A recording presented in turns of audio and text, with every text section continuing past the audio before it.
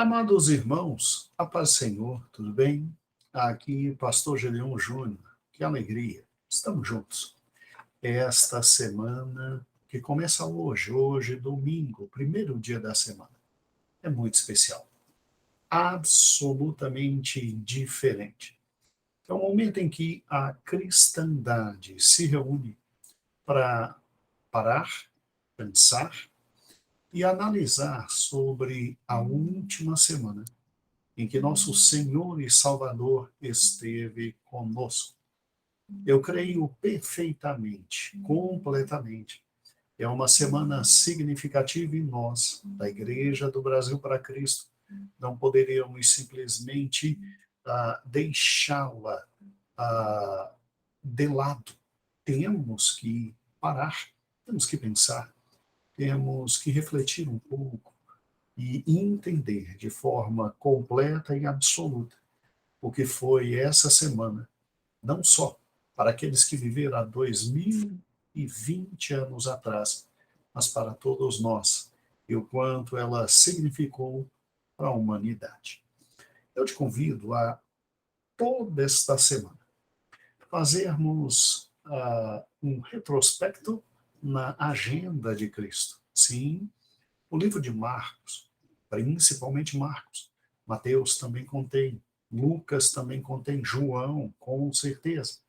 Mas o livro de Marcos, ele tem a agenda de Cristo de forma muito bem discriminada e colocada. É interessante como tudo começa. Domingo, hoje, Cristo fez exatamente o quê? Bem, a agenda da última semana começa num dia tão lindo quanto hoje. Hoje temos um sol muito bonito, um sol lindíssimo em nosso meio. E eu creio que ali na Judéia, com certeza, nós teríamos também um sol tão lindo quanto o que foi de hoje e do dia de hoje. E a palavra do Senhor nos mostra um dos fatos mais interessantes. Creio que os irmãos conhecem esta cena. Sim, foi no domingo que se deu a entrada triunfal de Jerusalém em Jerusalém. Ou seja, hoje comemoramos o Domingo de Ramos. Não é? Esta cena é, com certeza, uma das mais lindas e de maior carga absolutamente política, econômica, social, religiosa para esse povo nessa época. Jesus, então, está vindo de Jericó e ele está subindo para Jerusalém. E quando ele chega em Jerusalém, havia uma caravana de esperança, porque estava chegando o rei e o Messias.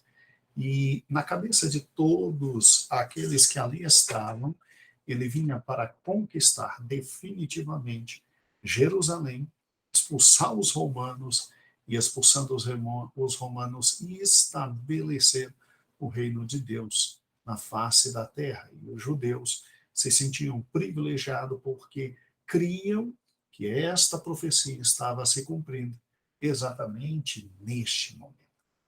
Entretanto, nós sabemos que não tinha chegado o momento do leão da tribo de Judá se apresentar. Estava sendo apresentada à humanidade, não o leão, mas o cordeiro. E era o cordeiro de Deus que tira o pecado do mundo. Estava sendo anunciado ali para a grande obra da salvação. Marcos descreve esse momento da seguinte forma. Acompanhe comigo. E logo que se aproximaram de Jerusalém, de Betfagé e de Betânia, junto do Monte das Oliveiras, enviou dois dos seus discípulos e disse-lhes: Ide à aldeia, que está de frente de vós, e logo que ali entrardes, encontrareis preso um jumentinho, sobre o qual ainda não montou homem algum. Soltai-o e trazei-mo. E se alguém vos disser: por que fazeis isso? Diz-lhe: o Senhor precisa dele, e logo deixará trazer para aqui. E foram, e encontraram o jumentinho preso fora da porta, entre dois caminhos, e o soltaram. E alguns dos que estavam lhe disseram: que fazeis soltando os jumentos?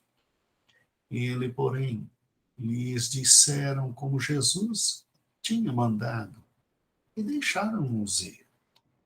E levaram o jumentinho a Jesus, e lançaram sobre ele suas vestes, e assentou-se sobre ele.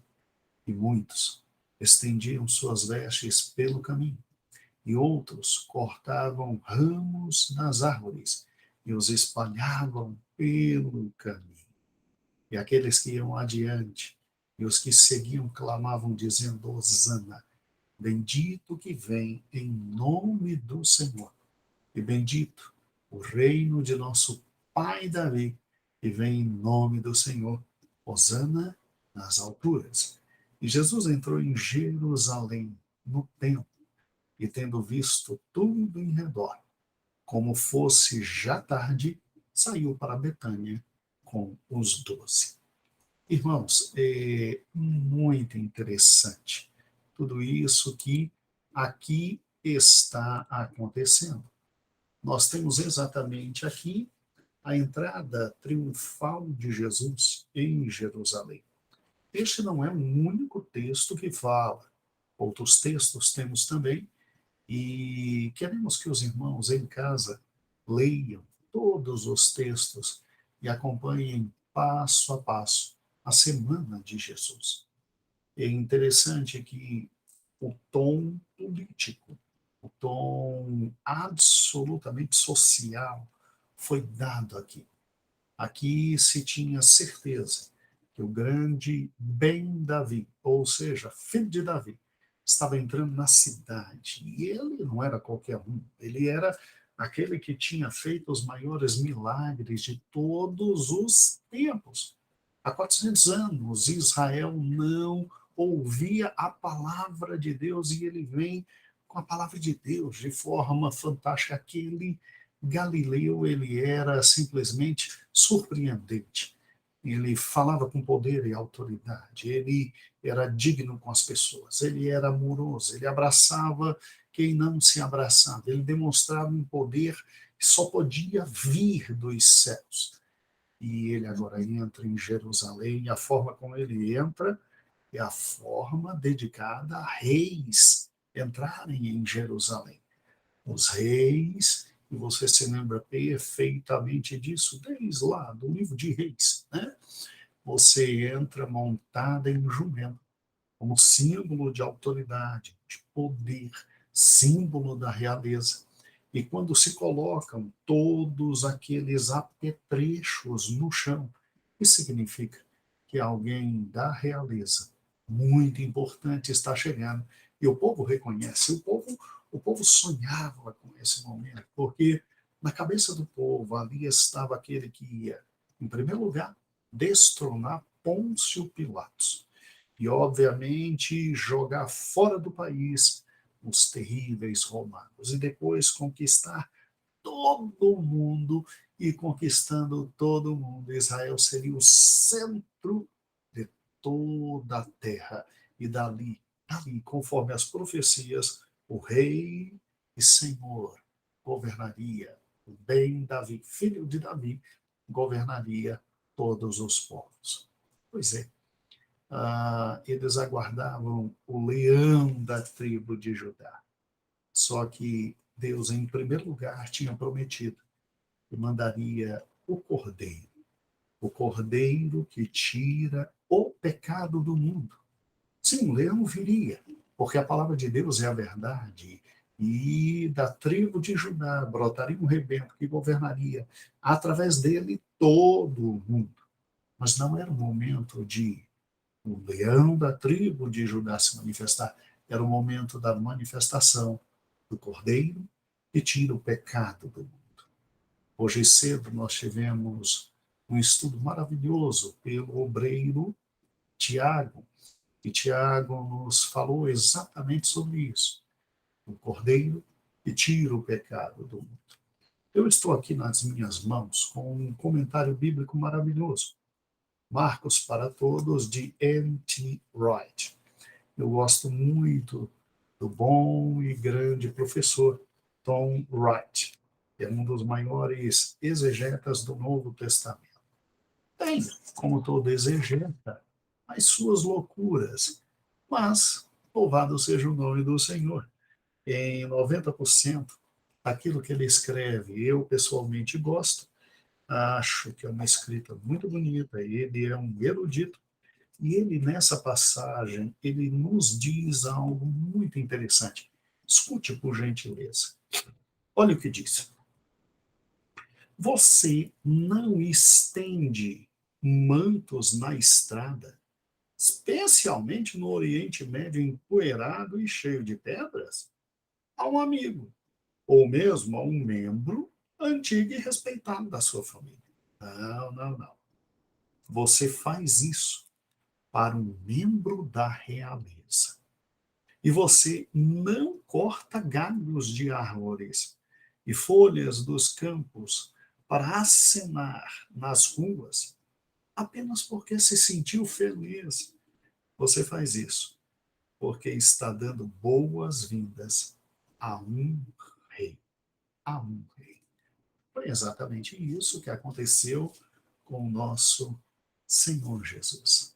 Sim, ele era rei. Ele era rei. Só que ele veio em primeiro lugar não para estabelecer fisicamente o seu reino. Ele veio em primeiro lugar para salvar a humanidade. Mas ninguém se engane. O Cordeiro de Deus, que nesse momento é apresentado para retirar todos os pecados do mundo, ele retornará. Grande leão da tribo de Judá, e há de reinar sobre todos. Eu paro e penso, né? Eu paro e penso. Aquela população, ela simplesmente, ela sai, ela para o que está fazendo, ela discerne aquele momento especial, mesmo pensando que seria uma manifestação política, uma revolta maravilhosa de expulsão dos romanos, e não foi, mas homens param de trabalhar naquele momento para saudar o rei que estava entrando. Mulheres param seus afazeres e começam a gritar hosanas, hosanas, hosanas ao filho de Davi, não é? E crianças acenam, e eles conseguem discernir perfeitamente esse momento tão maravilhoso, esse momento tão bonito, em que é registrado na palavra de Deus. E eu paro e penso, nós hoje que temos a revelação completa da palavra de Deus, nós temos dado ao Rei dos Reis e Senhor dos Senhores o devido tributo, o devido louvor, a devida adoração.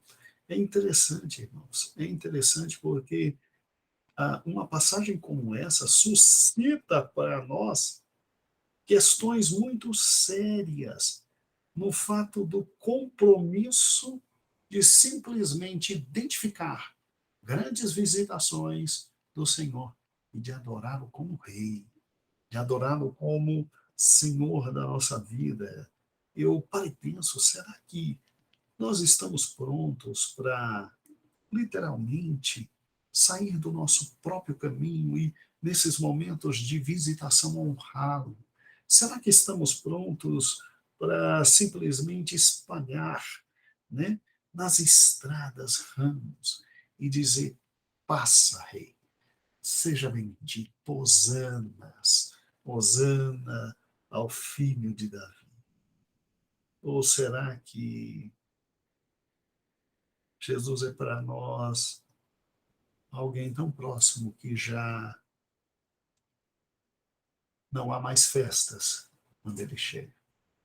Não há mais honra, não há mais louvor, não há mais adoração diante da presença dele. É terrível isso, quando nós perdemos a capacidade de glorificar.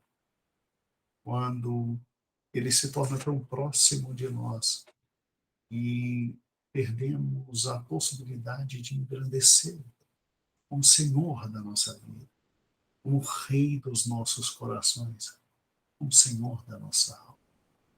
Sabe, irmãos, todo dia não podemos nos esquecer de quem Ele é. Ele é Senhor. Senhor, e Ele merece ser adorado. Ele merece ser bendito.